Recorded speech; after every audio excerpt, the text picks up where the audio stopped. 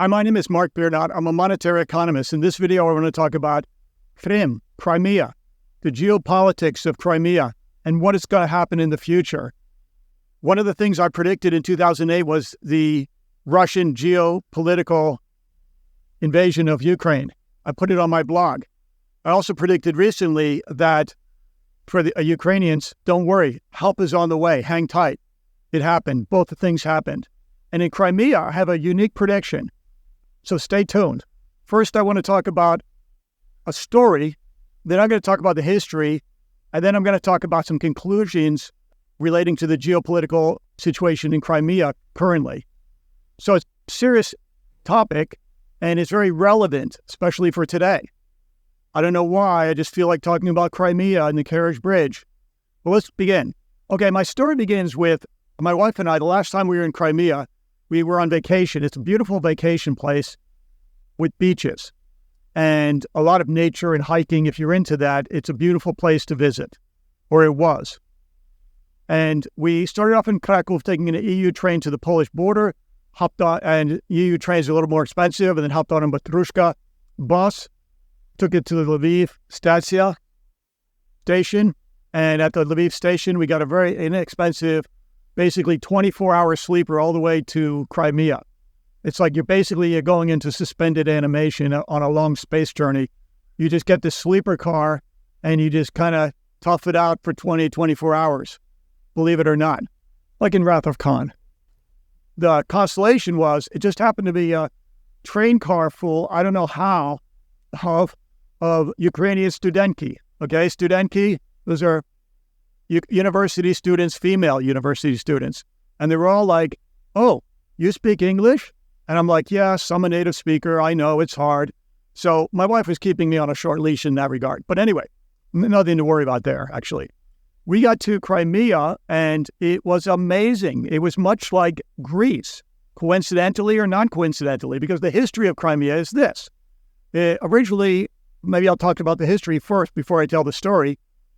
There were these people called the Mound people, these very ancient people, and you can look up the Mound people there. Then they were the Scythians, they were the Sumerians, the Romans, the Byzantines, medieval Ukrainians from the 10th to 13th century. Kievan, not Rush, Kievan Ukrainian 13th century beautiful city-state, okay? And that did trade with Byzantine Empire.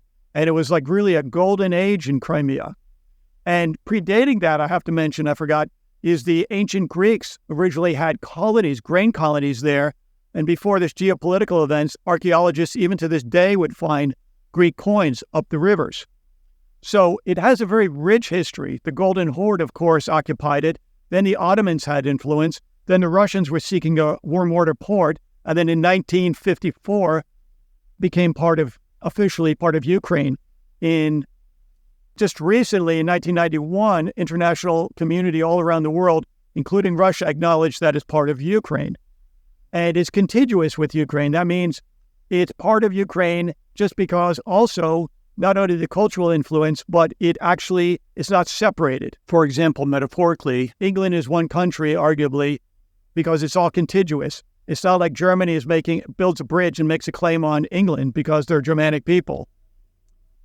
And I'm going to get to that point in a second. So Crimea, legally, by any definition, and in terms of geography, and in terms of culture, is Ukrainian. Now, this was right before the annexation, and I could feel it in the air. It had a certain buzz all around it. And we were renting an apartment. We went to the, central city of Simferopol. Simferopol is where you can break out. On the East Coast, you have a lot of this black rocky beaches. I don't necessarily like those because you have to throw, a mat on it, a yoga mat or whatever to lay on it because it's kind of pebbly. But we went to the white beaches on that's the West Coast, on the East Coast. And the East Coast, we went mostly to Theodosia, or you could say Theodosia, because there's a whole history behind that. Beautiful white beaches, amazing vacation. A lot of students, again, coming from St. Petersburg and Moscow, very peaceful students, a lot of Instagrammers, truthfully. Everybody wants to strike the pose for whatever reason at that age. Anyway, so there I could just sense what was going to happen, what was coming up next. What was coming up next, universally, whether they were mostly Russian or Ukrainian-speaking people or whatever language they spoke, they were conveying, we can't really talk because the FSB is everywhere, okay? So no matter what we say, no matter what we do, it's not going to change anything. The FSB is everywhere. But they would look both ways and tell me the real deal. The real deal is they would rather have their children going to university in Paris than Vladivostok. They would rather be part of this EU miracle that happened to like Poland, and how the Irish was the poorest nation in Western Europe, immediately became the wealthiest, and they found that pot of gold the Irish over the rainbow were looking for. They would rather participate in that than go work in Vladivostok, okay? This is such an amazing opportunity, they kept on saying. They kept on saying, what, are you kidding me? But they could not say it publicly. They could not express themselves because the FSB was everywhere, and you never know where the FSB is. And I have another story I'm going to tell in another video about that, my experience. So what they conveyed as we were drinking kvass Lebovi, you can look it up, it's pretty good stuff. It's made of grains, but it's not what you think. They universally expressed, what are you kidding me? We want to be part of Ukraine. Ukraine is free. It's going to be joining this economic miracle called the European Union, just like what happened to Poland, or just like what happened to Celtic Tiger, Leprechaun Economics, Ireland. We want to work in Norway. We want to bring it back so we can just build a home. We don't want this Russian mirror dominating us. Universally, that's what people expressed. Again, fitting into the picture of the legalities and the history and the geography and what people told me, I would make a strong argument that it is 110% Ukrainian. Why did the Russians come? They were always looking for this, like, you know, Putin was perhaps trapped in his bunker too long, and he's got this little bit of dementia probably. He's looking at maps from the 18th century, and he's always thinking in terms of warm water ports. But it goes beyond that, because obviously St. Petersburg, which was obviously Finnish land, but they built it on a swamp, another story.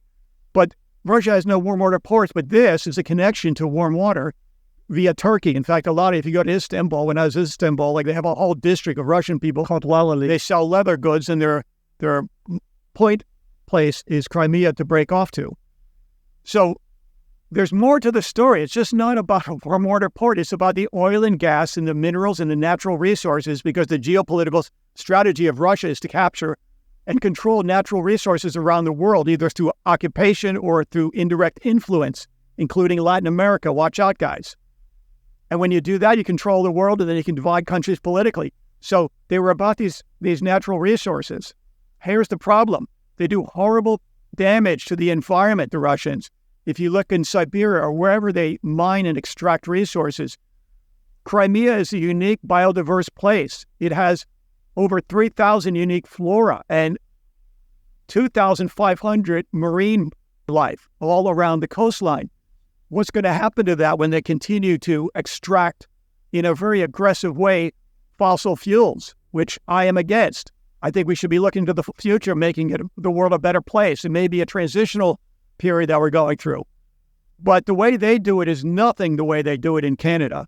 And I can guarantee that, or nothing the way they do it in Norway. And you can say this or that, but I've seen these rigs, okay? I've seen what's going on there.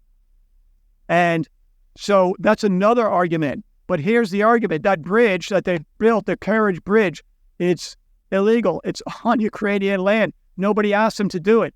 And here's the kicker. Stick with me. It's like saying if Cuba builds a bridge to Florida now, and, you know, the Florida has some history and Spanish, should we become part of Cuba, this Floridian people?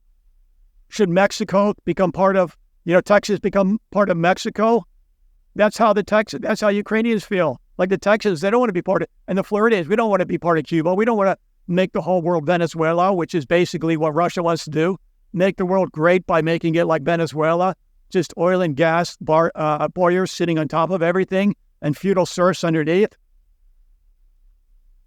Crimea is beautiful. They have orchards.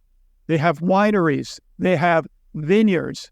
They have grapes coming from this ancient tradition. In fact, I've not only got some horticulture from Crimea, plants and things, and maybe cuttings I got obtained, I even have some Crimean grape juice in my cupboard. I don't touch this stuff anymore. It's just more for a novelty. Okay, so this Crimea is a very special, unique place for the environment, for culture. It wants to be part of this free people of the world, but they're not allowed to say it or voice it because you got to keep your head down. So I know people who say they put one post on social media and then that turned out disastrous because people were on them. Crimea should be free. The Crimean Bridge. Forget about London bridges coming down. There's going to be a Crimean Bridge coming down. Stick with me. You'll see it. The future is now. Okay? Hang tight.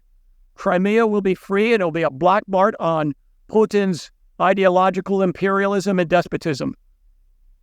It's a beautiful place and I want to see it again. Thank you very much. Have a great day.